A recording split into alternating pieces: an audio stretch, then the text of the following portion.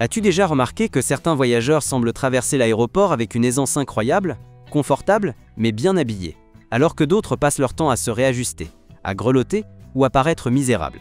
La différence ne tient pas à la chance, mais à la stratégie. Je n'oublierai jamais ce passager montant dans mon vol pour Londres en tongs et en short. 2 heures plus tard, il était emmitouflé dans 3 couvertures en papier de la compagnie, claquant des dents et suppliant l'hôtesse de lui donner une paire de chaussettes. Pendant ce temps, la femme assise de l'autre côté de l'allée dormait tranquillement dans ses couches de vêtements légers, ses chaussettes de compression et ses baskets faciles à enlever. Ta tenue d'aéroport n'est pas seulement une question de style. Elle peut littéralement transformer ton expérience de voyage en bien ou en mal.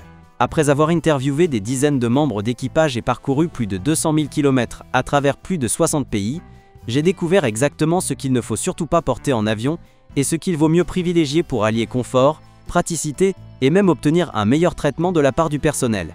Prête à transformer ton prochain voyage avec quelques ajustements vestimentaires simples? Alors allons-y. Côté chaussures, les erreurs sont nombreuses.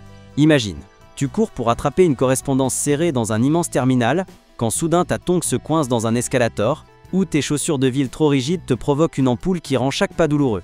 Voilà le cauchemar du voyageur. Après avoir observé d'innombrables passagers souffrir à cause de leur choix de chaussures, j'ai identifié les 3 erreurs les plus fréquentes.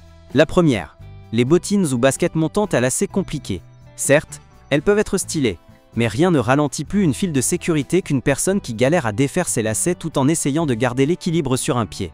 Une fois, j'ai chronométré le temps qu'il me fallait pour enlever et remettre mes bottes style militaire au contrôle de sécurité. Presque 2 minutes complètes. Pendant ce temps, le type à côté de moi avec ses chaussures à enfiler était déjà passé en quelques secondes. Et je comprends, on aime tous nos jolies sandales pour les vacances. Mais soyons honnêtes, les tongs et les sandales fines sont une vraie source de nuit. Elles n'offrent aucun soutien pour les longues marches dans des terminaux interminables. Elles sont dangereuses sur les tapis roulants. Et avouons-le, personne n'a envie de voir tes pieds nus dans un avion. Sans compter la saleté des sols d'aéroport, une hôtesse m'a confié qu'elle ne marcherait pas pieds nus dans un terminal même pour 1000 $. Troisième erreur. Porter de toutes nouvelles chaussures, pas encore faites à ton pied. Un vol de 6 heures n'est pas le moment de découvrir que ta jolie paire provoque des ampoules. Une de mes abonnées en a fait l'amère expérience. Elle avait mis des bottines neuves pour un vol vers Paris et a passé ses 2 premiers jours de vacances à boiter autour de Notre-Dame, en chaussons d'hôtel. Alors quelle est la solution? Je jure par les baskets à enfiler, confortables, avec un bon maintien de la voûte plantaire. Et bien sûr des chaussettes, faciles à enlever et à remettre à la sécurité, adaptées à toutes les situations et protégeant tes pieds tout en restant agréables à porter. Si vraiment tu tiens à tes jolies sandales de vacances, mets-les dans ton bagage cabine et change-toi une fois arrivé. Et parlons maintenant de la question des chaussettes, dont personne ne parle vraiment. Voici un détail qui pourrait te dégoûter. Marcher pieds nus ou seulement en chaussettes sur les sols d'aéroport lors des contrôles, c'est s'exposer à plus de bactéries qu'une cuvette de toilette. Mais le sujet des chaussettes ne se limite pas à ça. Leur choix peut avoir un impact énorme sur ton confort pendant tout le vol. Quand tu restes assis pendant des heures à 11 000 mètres d'altitude, tes pieds gonflent naturellement, parfois jusqu'à l'équivalent d'une pointure complète. Des chaussettes trop serrées peuvent alors couper la circulation et même augmenter le risque de thrombose veineuse profonde sur les vols longs. A l'inverse, ne pas porter de chaussettes du tout est une mauvaise idée. Jai interviewait un grand voyageur qui avait pris un vol de 14 heures vers l'Asie sans chaussettes, simplement en mocassins. Résultat, ses pieds ont tellement enflé qu'il n'a pas pu remettre ses chaussures avant l'atterrissage et a dû traverser la douane en chaussons offerts par la compagnie. La vraie révolution que beaucoup ignorent. Les chaussettes de compression. Pas celles, épaisses et rigides, qui font penser à des bas médicaux de grand-mère. Mais les versions modernes, bien plus discrètes et même stylées. Elles changent tout pour tes jambes et tes pieds après un vol. Jai fait le test moi-même sur 2 trajets identiques entre New York et Los Angeles, une fois avec des chaussettes classiques, une fois avec des chaussettes de compression. La différence était flagrante. Avec les chaussettes de compression, mes chevilles n'ont pas enflé, mes jambes n'étaient pas douloureuses et je me sentais plus frais à l'arrivée. Une hôtesse m'a confié qu'elle n'embarque jamais sans, même pour des vols courts. Et si tu crains que ce soit trop chaud ou inconfortable, privilégie les modèles à compression graduée, en tissu respirant qui évacue l'humidité. On est loin des versions médicales épaisses d'autrefois. Reste maintenant le grand dilemme du pantalon. Confort ou élégance? Faut-il porter un short ou un pantalon en avion? Si je recevais $1 à chaque fois qu'on m'a posé cette question, je voyagerais en première classe à chaque trajet. La vérité est surprenante. Environ 65% des passagers disent avoir déjà subi un contact non désiré avec les jambes ou les pieds nus d'un autre voyageur pendant un vol. Plutôt dégoûtant, non? Et même si le short peut sembler être le choix le plus confortable, porter un short en avion fait partie des plus grandes erreurs vestimentaires en vol. D'abord parce que les avions sont froids, bien plus que ce que la plupart des gens imaginent. L'air recyclé de la cabine se situe généralement entre 18 et 21 degrés Celsius, et si tu as la malchance d'être assis près d'une aération, tu peux avoir l'impression d'être dans un congélateur. J'ai vu trop de passagers en short grelotter sous les couvertures en papier de la compagnie, voire rester éveillés toute la nuit, parce qu'ils avaient trop froid. Mais le confort n'est pas le seul problème. Pense aux sièges d'avion. Ils sont utilisés par des centaines de passagers chaque mois, et malgré les efforts des compagnies, ils ne sont pas nettoyés en profondeur entre chaque vol. Veux-tu vraiment que tes jambes nues soient en contact direct avec ce tissu? Une hôtesse m'a confié avoir déjà vu de tout sur ces sièges. Des boissons renversées, des fuites de couches. La solution idéale, optez pour un pantalon en fibre naturelle, respirant, avec un peu d'élasticité et une taille confortable. Mon choix préféré est un jogger léger en coton, mélangé avec cordon à la taille. Assez confortable pour dormir, mais suffisamment soigné pour avoir une bonne allure si je dois aller directement en rendez-vous après l'atterrissage. Autre astuce importante concernant les pantalons. Évite les tissus synthétiques comme le polyester ou le nylon.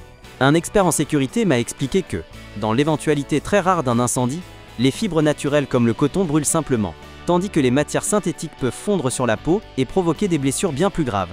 C'est un petit détail qui peut faire une énorme différence en cas d'urgence. Maintenant, parlons d'un sujet que la plupart des vidéos de voyage évitent soigneusement. Les sous-vêtements. Le choix de tes sous-vêtements peut transformer ton confort en vol, en bien ou en mal.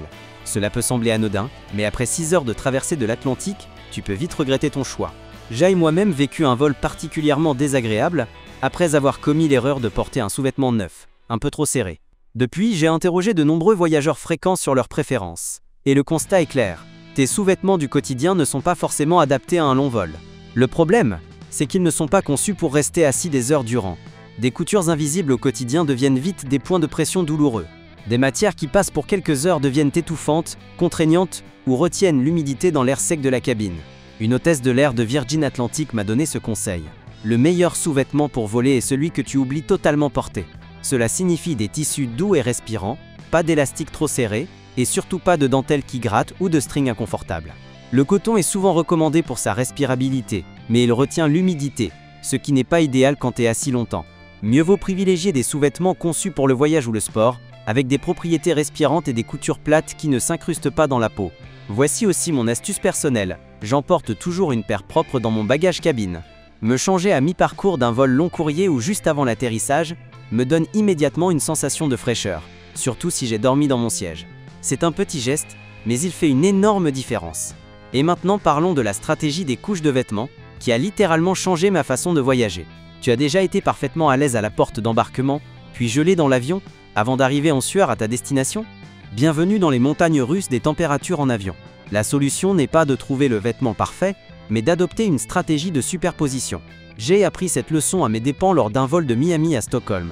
Je suis monté à bord par 32 degrés Celsius et j'ai atterri par 4 degrés Celsius avec une tenue totalement inadaptée. Depuis, j'ai mis au point un système de couches qui fonctionne dans n'importe quelle combinaison climatique et les hôtesses me complimentent régulièrement à ce sujet. Voici comment ça marche. Commence par une couche de base respirante qui évacue l'humidité, comme un simple t-shirt ou un haut à manches longues en fibre naturelle. Ajoute ensuite une couche intermédiaire chaude mais facile à enlever, comme un sweat à capuche zippée ou un pull léger. Enfin, termine par une couche extérieure polyvalente qui peut aussi servir de couverture ou d'oreiller en cas de besoin. L'essentiel est de choisir des pièces qui fonctionnent ensemble, mais qui peuvent aussi s'utiliser séparément en fonction des variations de température. Chaque couche doit rester fine. Des vêtements trop épais ne font que te comprimer dans un siège déjà exigu. Une hôtesse m'a confié qu'elle porte toujours une écharpe légère pouvant servir de couverture, de masque pour les yeux ou même d'oreiller en cas de besoin. Cela prend très peu de place mais apporte un maximum de flexibilité à ta tenue. Concernant les matières, privilégie les fibres naturelles comme le coton, le bambou ou la laine mérinos. Elles régulent bien mieux la température que les synthétiques. Elles respirent quand tu as chaud et isolant quand tu as froid. Exactement ce qu'il faut pour affronter l'imprévisibilité thermique des cabines. Passons maintenant aux accessoires, ces petits détails qui peuvent transformer ton expérience de voyage. Certains facilitent le passage à la sécurité, d'autres te garantissent presque un contrôle supplémentaire. Le bijou en métal est d'ailleurs le coupable numéro 1 des retards au contrôle de sécurité. Ce collier imposant a peut-être fière allure, mais est-ce vraiment le moment de t'embêter à le retirer en jonglant avec tes bagages, tes chaussures et ta carte d'embarquement? Une voyageuse d'affaires régulière m'a confié avoir complètement arrêté de porter des bijoux les jours de vol, après avoir raté une correspondance à cause d'un bracelet compliqué à enlever. Les ceintures sont un autre classique des tracas. Tu devras les retirer au contrôle de toute façon, alors autant les éviter. Si ton pantalon en nécessite absolument une, glisse-la dans ton bagage cabine et mets-la après le passage de la sécurité. Même chose pour les montres, surtout les modèles sophistiqués, avec beaucoup de métal. Encore un objet à retirer et facile à oublier dans ces bacs gris. Si tu tiens à porter une montre pour ta destination, choisis-en une simple, avec peu de métal et rapide à enlever. Passons maintenant aux accessoires qui, eux, peuvent vraiment améliorer ton voyage. Un bon masque de sommeil peut transformer ton expérience, surtout lors des vols de jour. Des écouteurs à réduction de bruit font une énorme différence pour ton confort, en particulier si tu es assis près d'un bébé qui pleure ou de voisins trop bavards. Et n'oublie pas les objets pratiques comme un petit sac bandoulière qui garde tes essentiels à portée de main sans avoir à fouiller dans ton bagage cabine. Les meilleurs modèles intègrent une protection RFID et assez de place pour ton passeport, ton téléphone et ta carte d'embarquement, tout en restant suffisamment fin pour être porté confortablement pendant le vol. Mais qu'en est-il des éléments de ta tenue que remarquent les hôtesses et stewards? Tu t'es déjà demandé si le personnel de cabine jugeait les passagers en fonction de leurs vêtements? Après avoir interrogé des équipages de 3 grandes compagnies aériennes, je peux te confirmer que oui, absolument. Mais pas de la manière que tu crois. Ce n'est pas une question de prix ou de tendance. Ce que remarquent les hôtesses et stewards, c'est à quel point ta tenue est pratique et respectueuse des autres. Une chef de cabine m'a dit qu'elle pouvait repérer un voyageur expérimenté dès la porte d'embarquement simplement en observant ses choix vestimentaires. Ce qui les impressionne. Des chaussures fermées, parce qu'elles pensent avant tout à ta sécurité en cas d'urgence, moins, des vêtements en couche qui s'adaptent facilement sans nécessité d'ajustement constant, et une tenue qui ne prend pas une place excessive dans l'espace limité de la cabine. Ce qui, au contraire, les fait grimacer intérieurement. Les pieds nus, les parfums trop forts qui incommodent les passagers à proximité, et les vêtements trop volumineux qui entraînent inévitablement des plaintes liées au manque de place. Un détail intéressant. Plusieurs membres d'équipage m'ont confié que les passagers habillés avec soin, pas forcément de manière formelle, mais simplement de façon nette et correcte, reçoivent souvent un meilleur service. Non pas parce que l'équipage privilégie certains voyageurs, mais parce que ces passagers se montrent généralement plus polis et patients pendant le vol. Comme l'a résumé une hôtesse, quand quelqu'un embarque en pyjama et en chaussons, c'est souvent la même personne qui met les pieds sur les cloisons et laisse ses déchets partout. Quand quelqu'un fait un effort pour être présentable, il fait souvent aussi un effort pour se comporter correctement.